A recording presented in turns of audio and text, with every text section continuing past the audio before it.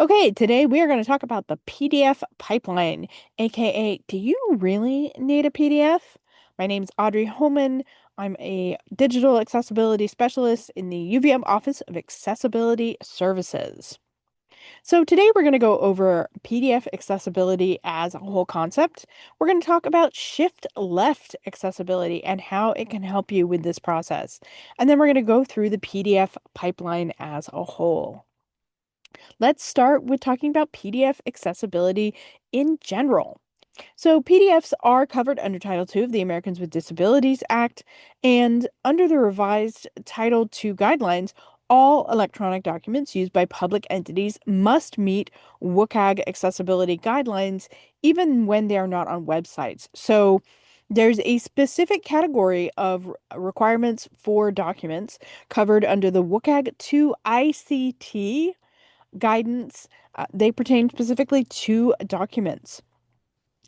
So, PDFs are considered accessible when they meet an international standard called the PDF/UA-1 standard, aka ISO 14289-1 2014 and ISO 14289-2 2024. That is an international version of version control. The first designation refers to the draft, and the second designation refers to the approved requirements for the PDF UA1 standard. Now, this standard is a set of requirements for PDF accessibility that's been developed by an international group of document specialists.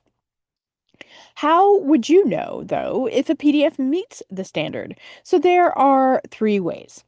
The first way is that you can test it using Adobe Acrobat Pro. That is the paid version of the Adobe Acrobat software. And if you get a clean accessibility report, you know that it is meeting the standards. In the accessibility report, there are 33 different items to test and or check. The second way is to test your PDF using the PDF accessibility checker, that also known as PAC. And if you get a clean accessibility report there, you know that the PDF meets the PDF UA-1 standard. PAC tests 38 items, and very frequently, document accessibility specialists will use PAC in combination with Adobe Acrobat Pro just to cover all of our bases.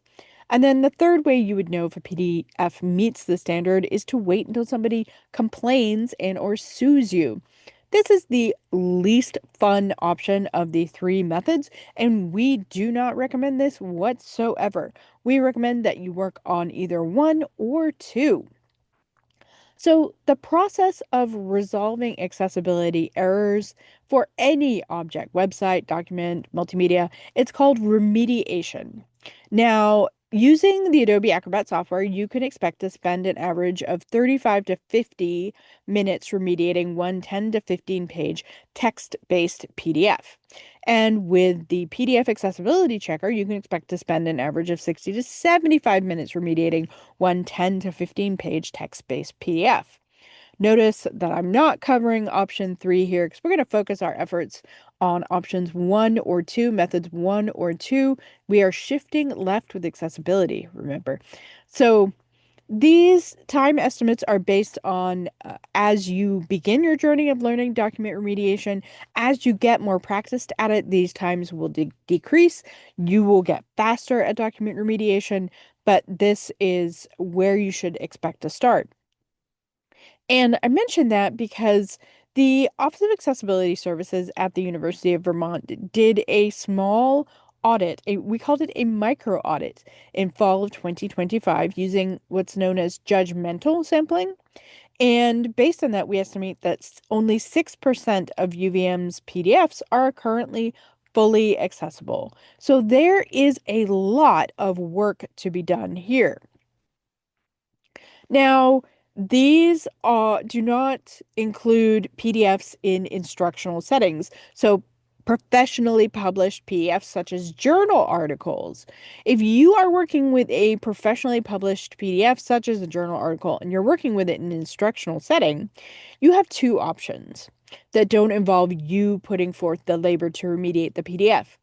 You can go back to the publisher and ask for an accessible copy, or ask the publisher to verify the accessibility of the copy they shared. So you could ask them for instance, an Adobe Acrobat accessibility report. Or you could run the PDF through Brightspace's Ally Checker and work with the Center for Teaching and Learning at UVM for support with getting that process done. You can also send the PDF directly to the Office of Accessibility Services and we will make it accessible for you. But we also want to give you the tools to be able to operate and navigate your own PDF journey. But these two options are for PDFs in instructional settings only. So these are really instructions for faculty who are managing courses in Brightspace. But moreover, PDFs themselves aren't super accessible. So they were invented back in 1993 by the Adobe Corporation because back in 1993, this was 30 plus years ago, remember? So back in 1993, it was difficult to send a document from a Macintosh computer to a Windows computer and have the formatting stay the same, let alone have people on different operational systems be able to print a document and have it look the same. And so back in 1993, this was Adobe's solution to solve printing across different machines. And from there, the PDF has, really, it was really, really useful for a while. But we've entered a period of time where lots of people are navigating content using items that are not desktop computers nor laptop computers, right? So lots of folks are looking at things on their phone. Lots of folks are looking at things on, say, their TVs, their gaming systems using the screen there. And PDFs don't work well in the mobile environment. They don't work well in a non-laptop, non-desktop environment. They just simply weren't designed for that, right? So 1993, we weren't doing mobile responsive design at all. PDFs aren't also they also aren't compatible with all browser settings. So people with disabilities use web browsers as assistive technology in a lot of cases.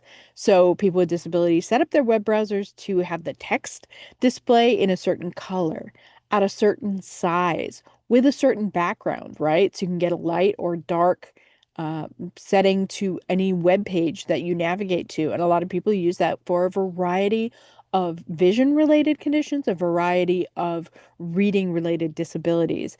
And PDFs do not obey those settings at all because remember, they were invented to rigidly maintain their exact format, the exact font that the designer chose, the exact color. And so here comes a browser that's like, hey, my user, really needs to use this particular font in order to be able to see things correctly. And the PDF's like, no thanks, we're going to stick with what we brought. So PDFs are just not compatible with web browser settings. They can't be updated after someone downloads it. So if you put a PDF on your website and someone downloads it and they're getting that information, and then an hour later someone sticks their head into your office and like, hey, just a quick note, it's really important that that PDF mentions that everything should be in this one particular color green. And you're like, well, I can't get that information to people who've already downloaded the PDF. I have to hope that my user comes back to the website and re-downloads a fresh copy and rereads that copy that they may already have read. Some browsers also force a download instead of displaying a PDF inside a web browser window, and that adds extra clicks. If you are someone specializing in communications, you are somebody who lives and dies by your web metrics. You know that it's all about simplifying how many clicks it takes to get a user to the information they're looking for. And if they're working in a browser that forces that download, you want to make sure that the person knows that a document's going to be downloaded. That can be really frustrating and get someone to navigate away from your site. Can also be disruptive to people who are working with ADHD and certain types of regulation, which means they can be easily startled or easily distracted. And that forced download without a warning can be really disruptive. Larger file sizes, like you find with PDFs, can be difficult for those on weak broadband or lots of people who are in rural settings who don't have a strong connection for download. PDFs provide very limited analytics. You can't tell who is reading what. You can't tell what is being clicked unless you set up particular complicated analytics on your PDF.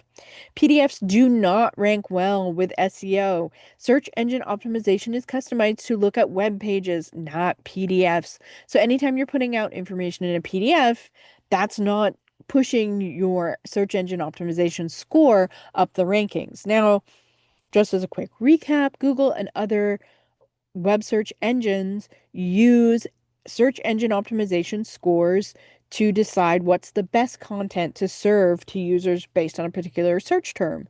And so all the information you're putting in a PDF is not going to contribute to pushing you up those rankings. It's not going to get your content seen. You also can't link to a specific part of a PDF like you can with a web page. You can set up anchors in a web page and direct users to a particular section of a very long web page. You can't do that with a PDF, even when your PDFs range into, 50, 60, 70 plus pages. So, what on earth are we going to do about this PDF situation? We have a number of different options. We could, it's true, hire 1,000 full-time document remediators, but we cannot continue on with inaccessible PDFs. 6% accessibility, that's got to change. And while I completely understand the urge to cry, to hide under your desk, or hope the problem goes away in some way, shape, or form, we need a better solution than that. And that's where shift left accessibility comes into play. So, this is a two-panel comic from the inclusive designer Brian Parsons. In the first panel, two people are making blueberry muffins the traditional way. They are pouring blueberries into muffin batter, and things seem to be going pretty well. All the batter is in the bowl. One person is stirring, one person is pouring blueberries. They both look very happy. And in the second panel, things have gone horribly wrong because the people involved, same people as the first panel, but the people involved are now trying to make blueberry muffins by squishing blueberries into fully baked muffins. So there are blueberries going all over the table. There are some that are on the floor. Trust me, you can't see them, but they are. There are squashed muffins. One person is crying. Things have gone horribly, horribly wrong because they are trying to put those blueberries into fully baked muffins. This is our favorite visual metaphor for baking accessibility in from the start.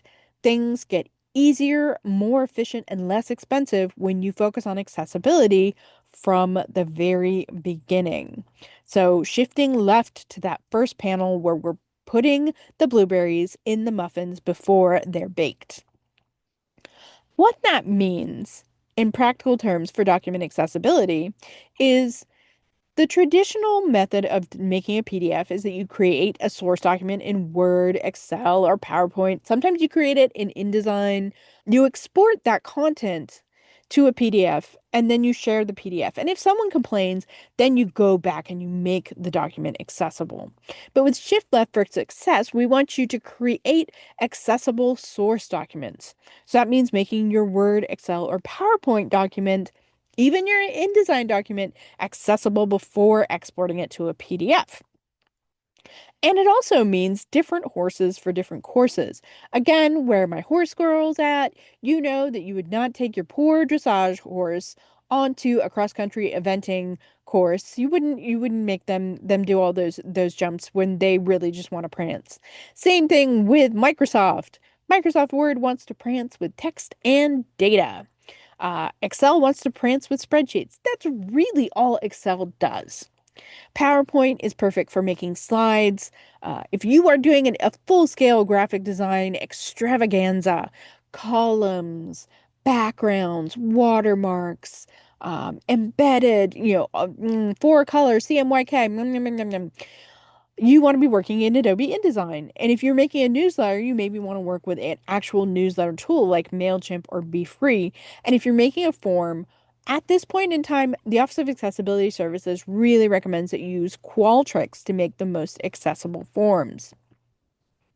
So, knowing that we're going to be focusing on our source documents, we're going to take things all the way to the left here, and we're going to look at the PDF pipeline. So here is the PDF pipeline in all its glory. It is a flow chart.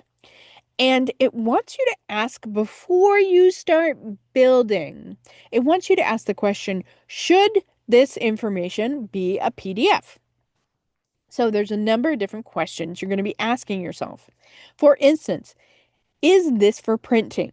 If the answer is yes, then this probably should be a PDF. Remember, Adobe created the PDF format, the portable document format, so that people could print documents regardless of whether they were on Mac or Windows machines. So if this is for printing, it probably should be a PDF. But if it's not for printing, ask yourself a couple more questions. For instance, is this information frequently updated? It takes a lot of work to update a PDF, and with modern web content management systems, it's much easier to update a web page.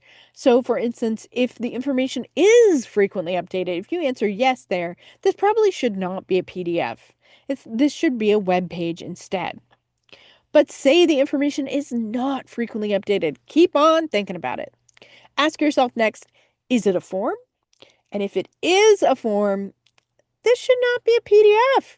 This should probably be a Qualtrics form. Qualtrics has a lot of tools to make your forms accessible for people who are using assistive technology. UVM has set up many templates in Qualtrics for your forms to be accessible, so you have less to worry about. However, if it's not a form, then yeah, it could be a PDF. And then you want to ask yourself, what kind of information is this?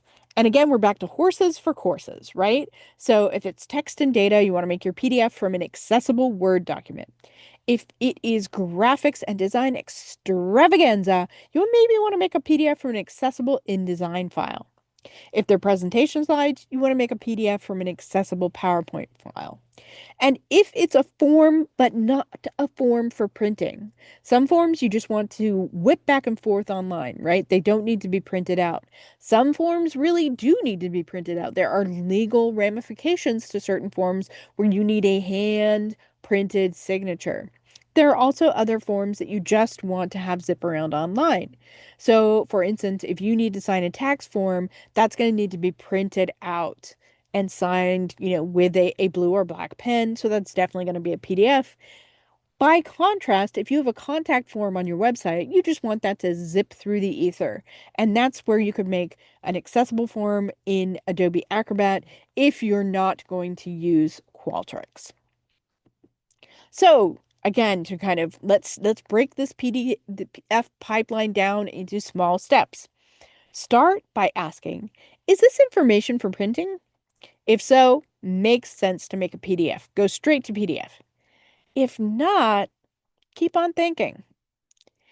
Next, is this a legal document? Again, there are ramifications to legal documents where PDF makes sense for making sure that the information cannot be changed in a legal document. So PDF information, it locks the information in. People can't get in and change things without leaving a humongous forensic trail, at which point, there are a lot of people that involved in that conversation. But if it's not a legal document, keep on thinking. Is the information frequently updated? Ask yourself if it's going to be easier to just keep a web page up to date rather than going through and making sure that your PDF is regenerated, remediated, re-uploaded, and think about your web page options. Is this a form? Again, online forms, make it in Qualtrics. There are some great templates there. However, if you really do need a form, you've asked yourself all these questions and you know that you need a PDF, go forth in PDF. But we're asking you to stop and ask these questions before putting the effort into a PDF. A quick note about Canva. Canva does not produce accessible PDFs. Canva produces somewhat accessible PDFs. However, if you read their release notes about PDFs, they are very upfront about stating that the PDFs that they create, the PDFs that you create using Canva, do not meet either WCAG standards nor PDF UA1 standards. If you are working in Canva, please consider using a full-featured graphic design program instead. We recommend Adobe InDesign. You can work on it for free in the library. How Library has terminals where you can work on it. Otherwise, it's worth investing in a license. Or if you're going to be working in Canva, that's your favorite platform, and you accept the risks of the PDF, plan to spend more time on PDF remediation. Again, different horses for different courses. Tailor your source software to the task at hand, and that's really going to reduce the amount you spend afterwards remediating that PDF. So, the Office of Accessibility Services has an accessible document checklist available. We want you to, at the beginning of your PDF work, set the language of the document. Choose a meaningful file name that has no spaces in that file name, also no punctuation marks, just letters and numbers. You want to fill out the document properties in your source software. That's under the Summary tab. You at least want title and author, where the author is the organization you work for.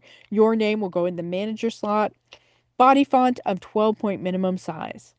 Then, as you're adding your content to the document, you want to use nested headings. So, an H1 heading, and then an H2 heading, and then an H3, and not an H1 and then an H4. If you're going H1 to H4, you're skipping headings and they're not nested. But you do have to actually use headings and not just bold the titles of different sections. Your document should only have one H1, one header one. That's going to be your title. And you're going to be using an outside color contrast tool to make sure that the color contrast between your text and your background is at least 3:1 for large text and 4.5:1 for regular size text. For regular size text, that is anything 14 points or smaller. And then before you export, go ahead and give those links one last check. I hate broken links. I'm terrible about making sure my links work, so I have to put a post-it on my laptop. Remember to check your links. But the other thing you want to check your links for is to make sure that they specify a description so people can tell where they're going to go when they follow the link. So instead of saying click here, underline and make a link out of register online, and then someone will know that if they use that link, they're going to be taken to the registration page. All of your meaningful images have meaningful alt text. You're describing those images for people who cannot access the images. Images that are not meaningful are all marked as decorative. You're not using images of text without all the text appearing elsewhere. Again, that's another workshop, but a good rule of thumb is don't use images of text unless you have every part of that text appearing elsewhere. You are using a table of contents or bookmarks for documents that are 7 pages or longer, and you've run the automated accessibility checker. Again, this is all before you export.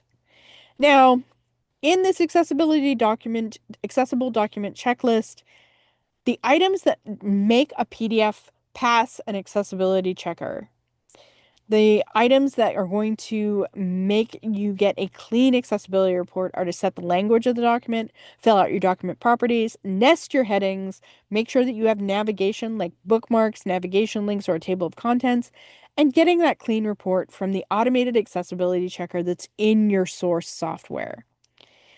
But the other items on the list are what make PDFs actually accessible. And that means having a meaningful file name with no spaces.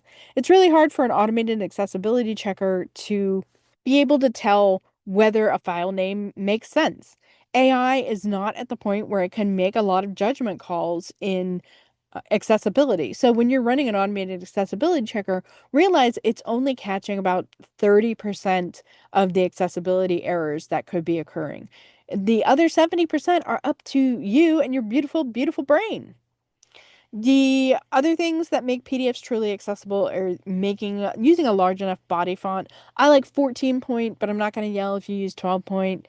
Making sure you only have one H1, that's your title. Fixing your links so that they're meaningful. Adding alt text that actually makes sense. Again, this is a space where AI really lets us down. So you can try AI generated alt text, but as of right now, which is 2026, I've yet to see AI come up with anything that looks like useful alt text. It just, the technology is not there. And you're not using images of text without all the text appearing elsewhere. Again, an automated accessibility checker can't determine whether you're using an image of text at this point, so it's up to you and your brain to go through and double check that. We do have printable versions of the accessible document checklist. I have a bunch at my desk. I just print them out. They have little cut lines, 3 to a page, so you can just make a stack for yourself. And that can be how you bootstrap yourself into document accessibility. Just go through them, every time, reach for one every time you're making a document to make sure that it's accessible. So I want to be clear about what the Office of Accessibility Services is saying with the PDF pipeline. We are saying that the PDF pipeline is a good way to minimize the need to remediate PDFs. We are all so busy, and lots of people do not have time to add document remediation to their workflow. So we want you to use the PDF pipeline to minimize the need to add that extra time for remediation, and also to think more deeply about ways to serve your users. What we are not saying is no more PDFs ever. We are not saying that. PDFs still have a place. We've talked about a number of them. When you want to print something and make sure that it looks exactly the same, legal documents can be PDFs, and that's the best format for them, especially forms that need to be signed in person. PDFs still have a place, but only when that format provides a clear benefit. So, some benefits of PDFs to recap is that PDFs print exactly the same every time. They work on both Mac and Windows. Great for forms that absolutely must be signed by hand. Sometimes you are working with legal constrictions that mean you have to have things very, very exactly. PDFs are a great tool for this. They can also be required sometimes by funding agencies or legal agencies. But think about the drawbacks of PDFs. They aren't mobile friendly. They aren't compatible with web browsers. They can't be updated after someone downloads it. They force extra clicks in some cases. The larger file sizes are difficult for those with weaker broadband signals. They have limited analytics. They don't rank well in search engine optimization. You can't link to a specific part like you can with a web page. And PDFs cost time and money to remediate if they're not immediately accessible. This is all a lot. So we're going to sum it up here with 4 for the door. Number 1, give us feedback. Take one thing from this presentation and try it for 30 days, then try another thing, and let us know how it's going. Are you finding this information useful? Was the PDF pipeline useful for you? Is there one particular thing that grabbed you and made it easier to bootstrap yourself into PDF remediation? We are curious. You are welcome to join the UVM accessibility team on Microsoft Teams if you are a UVM staff, faculty, or student. We do lots of asynchronous question answering, lots of support. We announce webinars, both that we're hosting and also that external organizations are hosting that we think are going to be great. And there are drop-in accessibility hours every Tuesday at 10 a.m. Eastern Standard Time, where we will answer all kinds of questions. Or if nobody has any questions, we'll just talk about fun things related to accessibility, which do actually exist. There are some upcoming accessibility workshops. We're going to talk a little bit more about images and alt text Monday, February 23rd at 9 a.m. That's a virtual workshop. We have a color contrast workshop coming up on March 11th, another virtual workshop. And then we're doing 2 in-person events, one at the Howe Library, where we're going to actually work with hands-on PDFs, getting them from Word to Adobe. And then there's also a Q&A session for the new digital accessibility roadmap draft that's available. We're going to be doing that in the Davis Center, still nailing down a date for that. I have included some links for people who are interested in getting more deeply into PDF accessibility. So more about shift left accessibility testing from dq.com, including an equation you can use to quantify how much money you can save with shift left accessibility testing so that you can actually present those numbers to leadership in your units. You can look at the standards for the PDF UA1 international PDF accessibility standards, like the technical aspects. But there are a number of other colleges in addition to UVM that really want you to think before you PDF or employing some version of the PDF pipeline, including University of Washington, Highline College, and North Carolina State. Those are my three favorite PDF pipeline examples. I linked here to PDF accessibility features, the instructions put out by Canva, where you can actually go over and read that they simply admit their PDFs are not accessible. There's a great guide put out by Microsoft to creating an accessible PDF. Microsoft really wants you to keep using Microsoft products, and they really don't want to get sued. So they have spent some quality time on their support documents. Additionally, there is a fantastic article from the state government of Massachusetts on making accessible Word documents for PDF export, and we highly recommend that. And there is a great article from the University of Washington on making accessible PDFs from PowerPoint. So all these are worth your time if you are working with accessible PDFs. I want to thank you for taking the time to learn about PDF accessibility. And if you have any questions, please come visit the Office of Accessibility Services at go.uvm.edu/accessibility.